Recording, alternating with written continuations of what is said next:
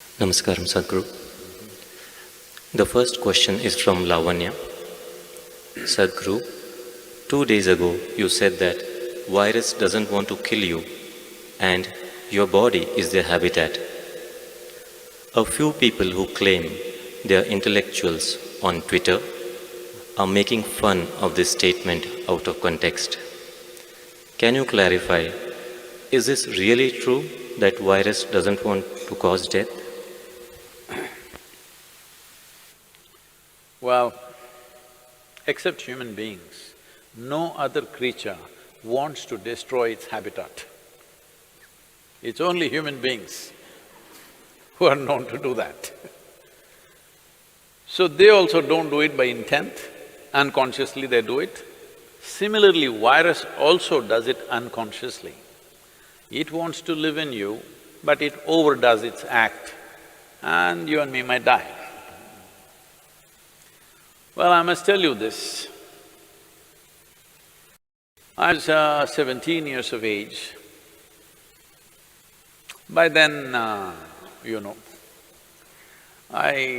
had measles, I had typhoid and relapse. I had smallpox, I have proof on my nose.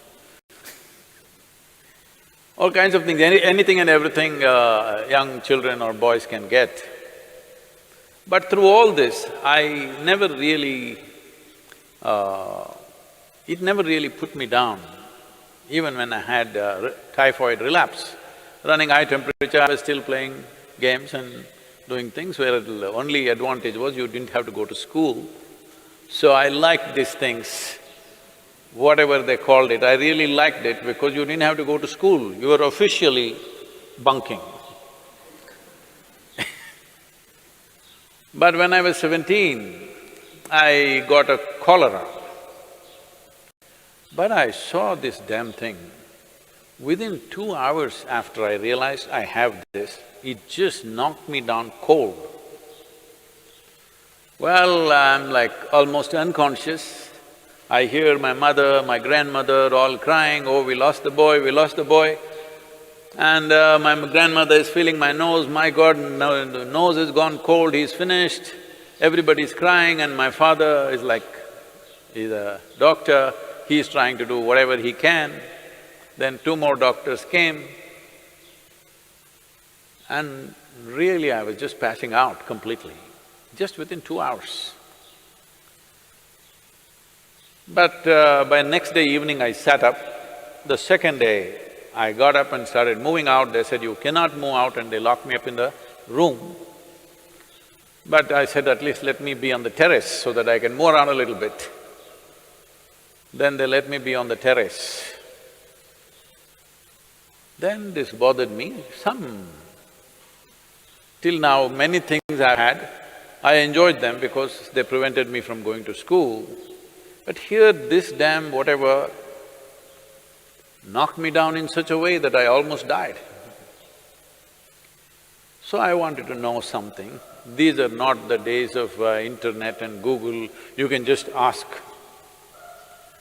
So I went into the school library and inquired with the librarian, and she gave me a book on pathogens. I had not heard that word till then, because I rarely went to the biology class.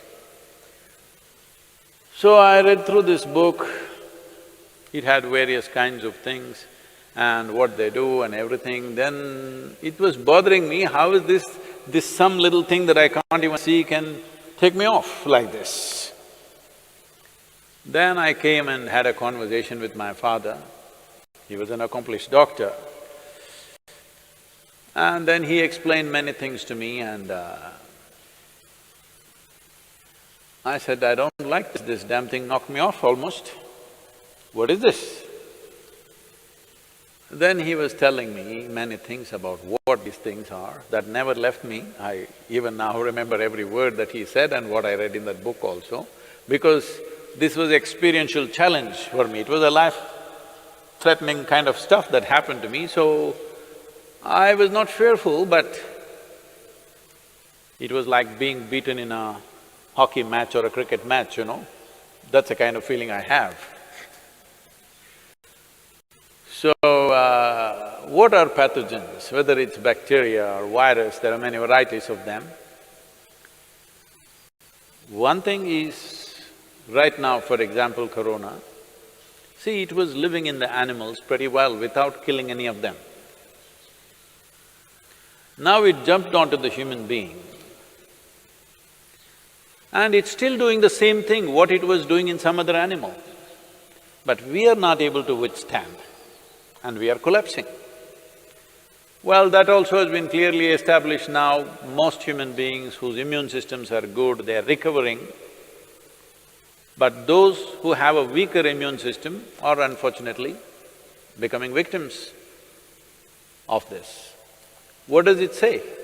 It simply says that it wants to live, but it lives so aggressively that we may die. Well, many scientists are talking about it, but even what I read at that time, I was only 17, I want you to remember this.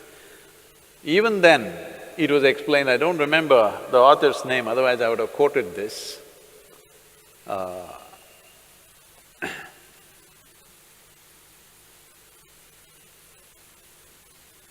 Even then, they clearly explained that most of the viruses and bacteria which enter us, who are within us right now, who are in many ways assisting our life process, not harming us, they were at one time could have been very harmful, but they understand if they live like that, they will destroy their own habitat. So they will mutate into something milder over a period of time and then learn to live with us. They were living with other animals comfortably, other animals survived comfortably with them. They were also… This is the nature of life, that one inside the other, one inside the other, so many life forms, trillions of life forms are all living enmeshed into each other. We are also that. Trillions of bacteria and virus are living in this right now. But, like for example, if you do a Manto's test, Indians I'm saying, because right now, in the last 3-4 weeks we are looking who is a foreigner, who is an Indian, not because of any racial discrimination, we want to know where they came from. Did they come from Italy or China? Where did they come from? See, now Italy is ahead of China. Very unfortunate situations. But these… like for example, if you do Manto's test for Indians, almost all of us will fail Manto's test. Manto's test is for tuberculosis bacteria. Almost all Indians will fail this test because all of us have substantial amount of tuberculosis bacteria in us, but we don't have tuberculosis as a disease. Well, so they came up with another name, they're calling it primary complex or whatever else that happens in children, but that shows some symptoms. All of us have this bacteria, we will fail the Manto's test, but we have no symptoms of tuberculosis in us because we have learned to live with them, they have learned to live with us.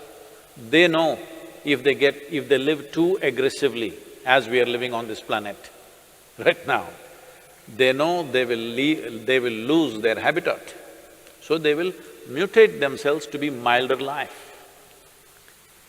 So this is not some new rocket science, it's always been there, at least in the last 100 years it's been there. So, these people who claim to be intellectuals, well, it looks like they didn't even go to their pre-university because I was in my pre-university at that time when I read this. It was part of our library, so it must have been probably in the textbook also, but I didn't read the textbook. Maybe these intellectuals did not even get to their pre-university. They think the qualification to be on Twitter is that they must have a bird brain. They think that's a qualification to tweet. Well, it's unfortunate, at a time like this, when there is an imminent disaster waiting ahead of us, for the nation, for the world, to a point where countries are putting out their armed forces against their own people right now. You need to understand how serious that is. How serious is it that entire United States Army is out there to prevent their people from coming on the street? Indian police is out there on the streets, aggressively enforcing it. That's because they realize how serious a matter it is. But even at a time like this, these people cannot stand up and do something useful and positive for somebody around them. All they do is just this rubbish. Do you think they got a doctorate or they became doctors on the Twitter? Avian doctors at least they should become. Well, it's very unfortunate, there is a segment of population which doesn't care what happens to people around them, which doesn't care what happens to the nation, it doesn't care what happens to the rest of the humanity. All they have is their own vitriol, spilling poison all the time. Well, I hope at least the virus will cure them of this poison. Now these few days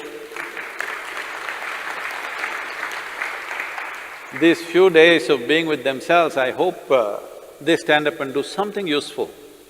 Please do something, whoever you are, I don't know who they are, whoever you are who's talking this rubbish, please do something useful. What is this problem? I know what is your problem. I don't want to address that now. Right now, there is an imminent disaster. If we do not handle this situation right, we are heading for a major disaster where millions of lives could just get wiped out. When such a situation is there, all you can do is this. When I said this is not the time to go about criticizing our healthcare system or our health ministry, this is not the time. This is a time everybody stands up and does something, whatever little positive things we can do in our lives. Because this is not ordinary time. As a generation of people, we have never faced this kind of a situation. Let people understand this. We have never ever faced this kind of a situation. This is a bigger emergency than the wars you have had in your countries. This is a bigger emergency than anything that you have known. It can pass off without too much disaster if we behave responsibly and do the necessary positive action. This is what I request them also. It doesn't matter even if the size of their brain is that of a bird. Even birds can contribute, I'm saying.